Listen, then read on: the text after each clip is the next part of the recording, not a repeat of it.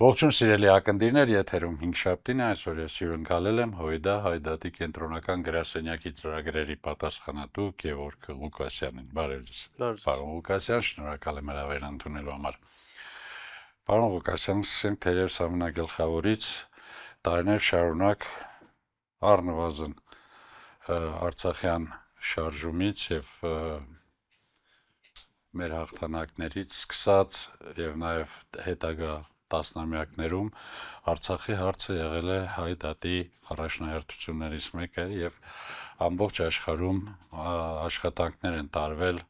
գրասենյակների միջոցով, աշխատանքներ են տարվել այդ դատը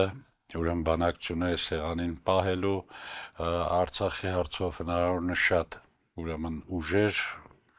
եւ գործիչներ ներգրավելու, պրոպագանդելու, այդ հարցը ճիշտ ներկայացնելու ուղղությամբ։ Արդյոք այս վերջին փոփոխություններից հետո նկատի ունեմ մասնավորապես Պրահայում արված հայտարարությունից հետո, երբ Արցախը ճանաչվեց Ադրբեջանի կազմում,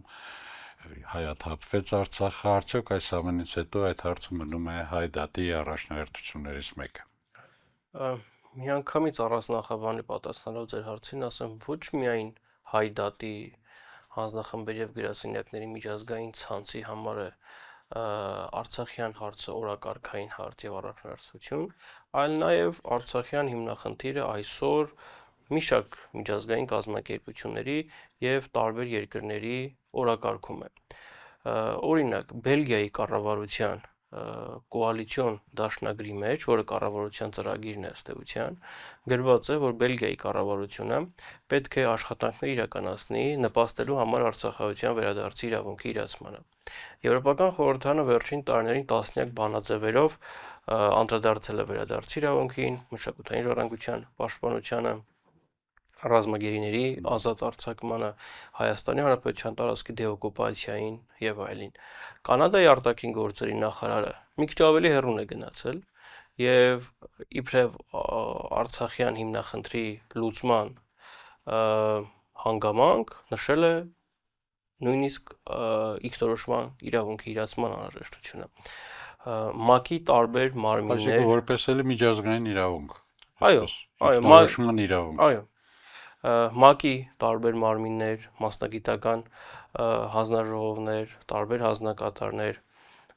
դրա մասին անդրադարձել են Արդարադատության միջազգային դատարանի 2023 թվականի նոյեմբերի 17-ի որոշումը կա չկատարված Արցախահայության վերադարձի մասով եւ այլն։ Այսինքն խնդիրը միջազգային օրակարգում է եւ խնդիրը միջազգային օրակարգում է նույնիսկ Հայաստանի իշխանությունների սպահվածքի պայմաններում եւ խնդիրը միջազգային օրակարգում է նաեւ հայ դատի հանձնախմբերով գրասենյակների աշխատանքի արդյունքում։ Ահա։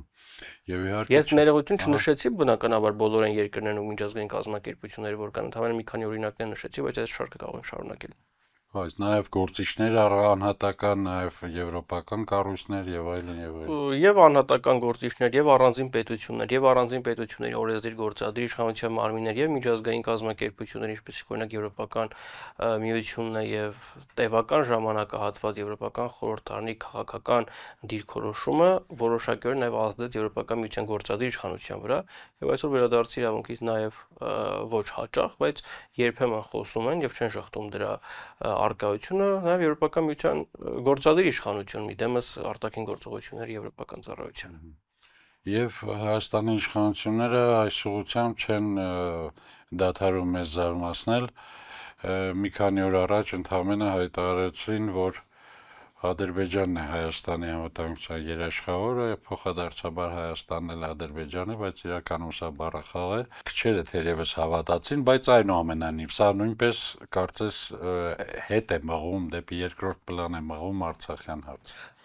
Հայաստանի գործող իշխանությունները ոչ թե երկրորդ պլան են մղում Ղարաբաղյան հիմնախնդրի կամ միջազգային սպասարկում, այլ առհասարակ հանել են իրենց օրակարգից։ Այսօր Հայաստանի արտաքին քաղաքականության օրակարգում Ղարաբաղյան հիմնախնդիր չկա եւ իրենք բնականաբար դա հիմնավորում են այսպես կոչված խաղաղության գործընթացով, բայց նաեւ հիմնախնդրի օբյեկտիվ վերլուծությունը ցույց է տալիս, որ խաղաղության գործընթաց էլ որպես այդպեսին չկա, որովհետեւ այն փաստաթուղթը, որ ստորագրվեց օգոստոսի 8-ին Վաշինգտոնում, նախ ստորագրվեց, ոչ թե ստորագրվեց, իսկ համաձայն միջազգային իրավունքի, մասնավորապես Վիեննայի կոնվենցիայի 1969 թվականի միջազգային պայմանագրերի իրավունքի մասին չստորագրված միջազգային համաձայնագիրը որպես այդպիսին միջազգային իրավունքի մաս չի հանդիսանում եւ նախաստորագրումը ոչ այլ ինչ է, քան մտադրությունների մասին հաստատում, բայց դա իրավակիրառ պրակտիկա ենթադրող փաստաթուղթ չի։ Հետեւաբար այսքան այս շեփորահարված խաղաղության գործընթացը ինքնին կարելի ասել, որ նույնիսկ բանակցային գործընթաց է կամ նույնիսկ եթե մի քիչ ավելի հեռուն գնանք հրադադար է։ Հրադադար։ Եվ այդպիսին ինչպիսին ներկայացնում են այս խաղաղություն իշխանությունները, որքանով է վտանգավոր դարձել հայ ժողովրդի ու Հայաստանի համար։ Տեսեք, հետաքրքիր է, որ մենք մեր միջազգային շփումների արդյունքում լսում ենք տեսակետներ տարբեր գործընկերներից արևմտյան, որ նրանք էլ չեն հավատում այս գործընթացի, այսինքն վերջնական արդյունքին, որովհետև իրենք էլ տեսնում են, թե Ադրբեջանը ինչպես է ամեն օր բարձրացնում նշաձողը, ինչպես են նորանոր պահանջներ առաջադրում, ինչպես են միջազգային տարբեր հարթակներում փորձել պրոպագանդել այդ սեփական հայտարարակ թեզերը արևմտյան Ադրբեջանի մասին, իբր թե աղբանական ժառանգության մասին, այդ ամեն ինչը իրենց մեր արևմտյան գործընկերների աչքի առաջ է հաճախ եւ նաեւ դրանք հիմք ընդունելով շատ շրջանակներ նույնիսկ արևմուտքում խիստ վերապահություններ ունեն այս գործընթացի հանդեպ։ Բայց մյուս հիմնական խնդիրը տեսեք ի՞նչն է, սահմանադրության փոփոխության հարցը եւ սահմանադրության փոփոխությունը ըստ էության Ադրբեջանի համար ունի նախապայմանային նշանակություն։ Այսինքն եթե Հայաստանը չի կատարում Ադրբեջանի այդ պահանջը, որ ուղղակիորեն միջամտությունը Հայաստանի Հանրապետության ներքին գործին, ապա խաղաղություն չի լինում։ Եվ այս հանգամանքը արդեն իսկ բավական է պնդելու, որ այս գործընթացը խաղաղության մասին չէ։ Սա լավագույն դեպքում կարող է լինել Հայաստանի հպատակեցման, ենթակայացման, Հայաստանին անընդհատ ենթակայական կապի մեջ պահելու գործընթաց, բայց ոչ արդար եւ իրավահավասար խաղաղության գործընթաց։ Իսկ կա ասենք որևէ հույս կամ երաշխիք կամ փոքրիկ մի բան, որից հնարավոր լինի կարճել ու ասել, որ այս իշխանությունները Հայաստանի իշխանությունները մի պահ ինչ որ կան կառնեն եւ կողմնորոշման իմաստով ազգային ավելի փորձեն ազգային դիրքորոշում որդեգրել ու այդ ճանապարհով գնալ։ Այսինքն ինչ պիտի անի Ադրբեջանը, ինչ պիտի անի Թուրքիա, որ վերջապես այս իշխանությունները հասկանան։ Ես չգիտեմ, արդեն երևի էլ բան չկա, որ չեն արել, բայց իշխանությունը շարունակում է իր ազգային ուղղությունը։ Տեսեք, ես իսկապես չգիտեմ, թե Երևանում ընդունվող որոշումները, որոնք ասում են Հայաստանի արտաքին քաղաքականության վրա, ինչի հիման վրա են ընդունվում։ Ակնհայտորեն դրանք չեն ընդունվում ազգային շահերի հիման վրա։ Ակնհայտորեն դրանք չեն ընդունվում միջազգային իրավունքի հիման վրա։ Ակնհայտորեն այդ ընդունված որոշումները, այսպես ասած, անպայմանորեն չի, որ խրախուսվում են Հայաստանի առանցքային միջազգային գործընկերների կողմից։ Դրանք ավելի շատ թելադրված։ Հիմա դրան եմ գալիս, այսինքն այդ որոշումը նույնիսկ Հայաստանի առանցքային միջազգային գործընկերների կողմից այնպես չի, որ խրախուսված են այդ թվում Ամերիկայի Միացյալ Նահանգների, Եվրոպական միության, Ռուսաստանի, Ֆրանսիայի, Իրանի, Հնդկաստանի, այն բոլոր պետություններից, որոնց հետ Հայաստանը ունի քիչ թե շատ առանձնահատուկ հարաբերություններ, այնպես չի, որ այդ ուժային կենտրոններն էլ են պարտադրում այդ որոշումները։ Այսինքն միակ խնդիրը գալիս է նրան, որ կա պատերազմում պարտված իշխանություն, կա պատերազմում պարտված պետություն, որի այդ պարտված իշխանությունը չի փոխվել, եւ այդ իշխանությունը այդ պատերազմ հաղթած կողմից գտնվում է շարունակական ճնշման եւ թելադրանքի պայմաններում։ Եվ այս իհարկե իշխանությունների մեծագույն բաց թողումը, ասեմ, թե մեծագույն վնասները, որ հասցրեցին մեր ժողովրդին ու հայ ազգին առհասարակ, նաև Սփյուռքի դերի նսեմացումներ, Սփյուռք-Հայաստան կապերի քանդելը եւ այլն։ Հիմա նորից կարծես անհրաժեշտություն կա այդ ամենը վերականգնելու եւ Սփյուռքին ավելի շատ դերակատար դարձնելու, այն իմաստով, որ առաջիկայում մենք գնում ենք ընտրությունների եւ չի բացառվում, իհարկե Աստված մի արածը, չի բացառվում, որ այս իշխանությունը վերարտադրվի։ Այսինքն Սփյուռքը ինչ ունի անելիք։ Ամերիկացի մի աշխարհահռչակ քաղաքագետ կա, Սամուել Հանթինգտոն, որ բնականաբար կենթանի չի, բայց իր աշխատանքները շարունակում են դասական մնալ քաղաքագիտության միջազգային հարաբերությունների տեսության շրջանակում։ Իր «Ով ենք մենք» գրքի մեջ Հանտինգտոնը մի միտք ունի, որ հայրենի կառավարությունների հետ Սփյուռքի սերտ հարաբերությունները միջազգային հարաբերությունների առանցքային երևույթներից են եւ միջազգային հարաբերությունների վրա ազդեցություն ունեցող առանցքային երևույթներից են։ Հիմա աշխարհում շատ չեն են սփյուռքերը, որոնք եւ հայրենի պետությունների հետ եւ ընդունող պետությունների հետ ունեն նման հարաբերություն, ինչպեսին ունի կամ ուներ հայկական սփյուռքը։ Եվ հայկական սփյուռքը, օրինակ, սա ոչ հայ մասնագետների, հրյա մասնագետների, ամերիկացի մասնագետների գնահատականով հրեական սփյուռքից հետո, օրինակ, Ամերիկայի Միացյալ Նահանգներում ամենազդեցիկն է, Եվրոպայում ամենազդեցիկներից մեկն է։ Եվ բնականաբար հայկական սփյուռքը անկախացումից հետո մշտապես օժանդակել է Հայաստանի Հանրապետությանը ֆինանսական առումով, տնտեսական առումով, ուղղակի ոչ ուղղակի ներդրումների առումով եւ ամենակարևոր օժանդակություններից մեկը հայկական շահերի պաշտպանությունն էր, լոբինգը, որ իրականացում էր արևմտյան աշխարհում եւ էական ազդեցություններ ուներ Հայաստանի Հանրապետության ընկալման, մեր հիմնախնդիրների հետ Ղարաբաղյան հիմնախնդրի միջազգայնացման, առհասարակ Հայաստանի շուրջ արտաքին զորակցություն ապահովելու համատեքստում։ Եվ այս հսկայական պոտենցիալը, որ Հայաստանի Հանրապետությունը ուներ, այսօր Հայաստանի Հանրապետության իշխանությունների կողմից չի օգտագործվում։ Ոչ միայն չի օգտագործվում, այլ նաեւ հաշվի չի առնվում։ Եվ այս պայմաններում բնականաբար խոչընդոտներ կան։ Հայկական սփյուռքը չի կարողանում լիարժեքաբար օժանդակել Հայաստանի Հանրապետությանը, բայց սա չի նշանակում, որ հայկական սփյուռքը ոչինչ չի անում, որովհետև հայկական սփյուռքի քաղաքական գործունեությունը գոնե հայդատի մասով սկսվել է 1944 թվականից, երբ որ Հայաստանի Հանրապետությունը անկախել չէր։ Եվ սփյուռքը որպես սիներգետիկ երևույթ անպայման չի, որ իր քաղաքականությունը պայմանավորում է հայրենիքի իշխանությունների քաղաքականությամբ, բայց երբ որ դիխոտոմիա կա հայրենի իշխանությունների եւ սփյուռքյան քաղաքական օրակարգերի միջև, բնականաբար արդյունքի վրա ազդում է եւ չի լինում այն ցանկալի արդյունքը։ Հաշվի առնելով Հայաստանի խնդիրները, այն դժվարությունները, որ Հայաստանի Հանրապետությունը օբյեկտիվ եւ սուբյեկտիվ տեսանկյունից ունի, բնականաբար հայկական սփյուռքի ներգրավվածությունը պետք է ավելի մեծ լիներ, բայց նաեւ ակնհայտ է Հայաստանի Հանրապետության իշխանությունների դիրքորոշումներ էս հարցում, որ ես չեմ կարծում, թե փոփոխության կենթարկվեն։ Նույնիսկ Հայաստանի Հանրապետության առաջին իշխանության պարագայում 1990-ականներին էլի հայրենիք սփյուռք հայրենի իշխանություններ սփյուռք խնդիրներ կային, բայց ի պատիվ այն ժամանակվա իշխանությունների գոնե 1997 թվականին, հիմա սա արդեն բացահայտ է, Հոլանդիայում փակ հանդիպում տեղի ունեցավ, կարելի է գաղտնի հանդիպում տեղի ունեցավ Հայաստանի Հանրապետության այն ժամանակվա իշխանությունների ներկայացուցիչների եւ հայդատի համակարգի ներկայացուցիչների միջև պայմանավորվածությունը կայանում էր նրանում, որ անպայման չի ամեն ինչ համաձայնեցվի իրար հետ, բայց գոնե տեղյակ լինենք ով ինչ է անում։ Եվ այն երբեք հայդատի համակարգ Հայաստանի որևէ իշխանության, այսպես ասած,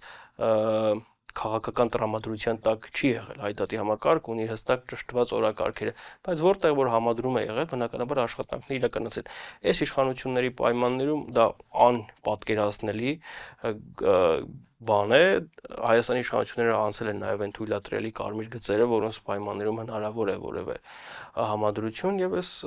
իրավիճակում ես կարծում եմ, որ հայրենիք սփյուռք հարաբերություններում որակական նոր զարգացման փուլ կարող է սկսվել Հայաստանում իշխանափոխությունից հետո միայն, որտեղ իշխանությունների շարունակական քայլերը պառակտել սփյուռքը, սփյուռքյան տարբեր համայնքներում, այդ դասական համայնքներում ստեղծել սեփական սփյուռքյան կազմակերպությունների հակակշիռ արդեն ավանդական կազմակերպությունների եւ դա միայն Դաշնակցությանը կամ Հայդատին չի վերաբերում, տարբեր սփյուռքյան ավանդական կազմակերպություններ առերեսվել են այս խնդիրներին ստեղծված Հայաստանի իշխանությունների կողմից։ Սա ամեն ինչը բնականաբար խիստ բացասական ազդեցություն է ունեցել եւ ես էլ գոնե չեմ տեսնում հնարավորություն, որ այսքան կարմիր գծեր հատելուց հետո, այսքան պառակտման փորձեր անելուց հետո հնարավոր է որևէ համադրում իրականացնել։ Թուրքիայի հետ հարաբերությունների կարգավորումն էլ այս իշխանությունների, այսպես ասեմ, առաջնահերթություններից է կարծես, իհարկե նրանք գնում են, չգիտեմ, հազար անգամ մերժված ճանապարհով, դիցուք այս դեպքում ցեղասպանությունը ուրանալով, դա Թուրքիայի հավանաբար նաև թելադրանքն է, Թուրքիայի նախապայմանն է, որ հաճույքով կատարում են այս իշխանությունները,